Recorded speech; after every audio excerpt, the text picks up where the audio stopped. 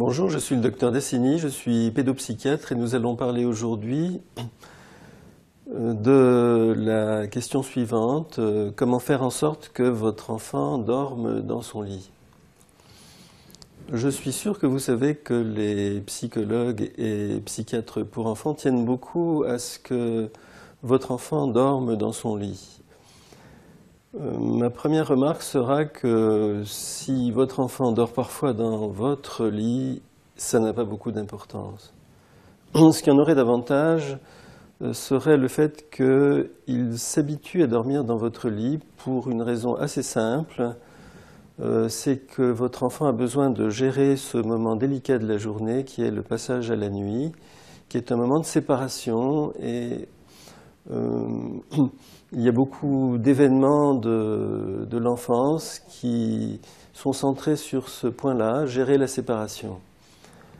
Par conséquent, le fait que votre enfant dorme dans son lit a de l'importance de ce point de vue-là. D'une certaine manière, votre enfant sera moins anxieux s'il dort dans son lit, il apprendra à gérer l'anxiété du passage à la nuit. Et pour l'aider à bien dormir dans son lit, il y a des moyens relativement simples.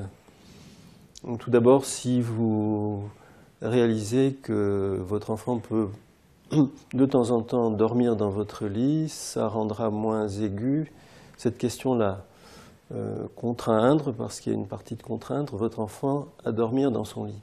Et il faut savoir qu'il y a des enfants qui, pour ne pas dormir dans leur lit, sont prêts à faire beaucoup de choses, sont prêts à pleurer, à crier, à pleurer des heures entières, à crier très très fort. Et c'est parfois très difficile de céder à ces pressions.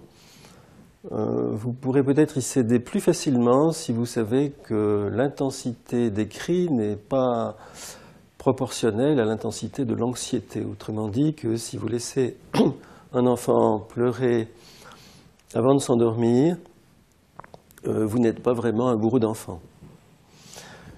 Une manière relativement simple de traiter ces problèmes d'endormissement, que ce soit le soir ou que ce soit après un réveil nocturne, consiste à les faire traiter par le père, voilà, parce que l'appel de l'enfant est adressé préférentiellement à la mère et que ce sont des questions des problèmes de petits-enfants.